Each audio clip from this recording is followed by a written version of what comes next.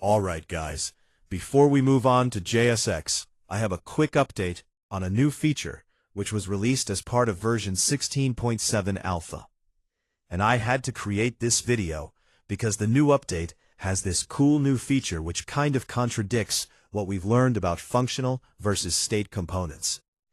I had already recorded the previous content, so what I can do now is update you guys as well on this new feature and clarify some of the queries you might have if you are getting started with React sometime in the future.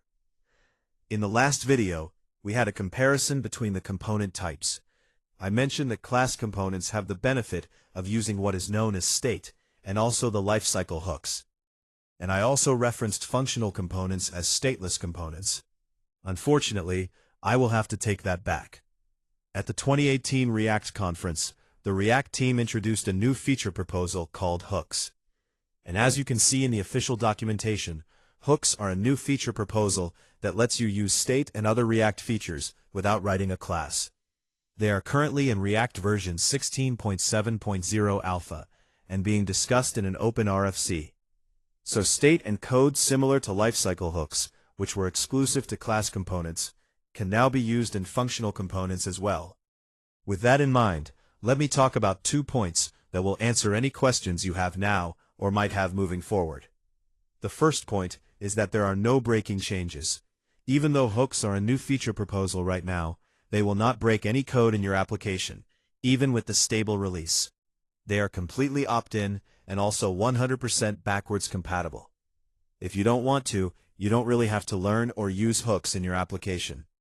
And this is also the reason whatever we have learned so far in this series still holds good, except for the fact about functional components being stateless and the disadvantage of not being able to use lifecycle hooks. As a correction to that, from now on, we will simply call the component types as functional components and class components. The second point is about the content on hooks in this series. Personally, from a beginner's point of view, I feel you really should understand using state in class components, using lifecycle methods in class components, and also experience the frustration with the this keyword when working with class components. Only after you go through this journey will you truly be able to appreciate what hooks bring to the table. And also, at this point in time, they're still in alpha, and I don't want to create content right away.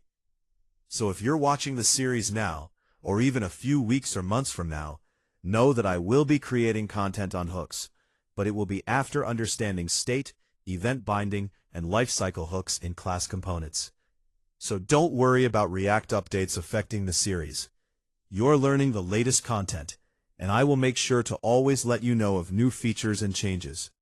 Alright, with this overview on hooks, let's get back on track with JSX in the next video.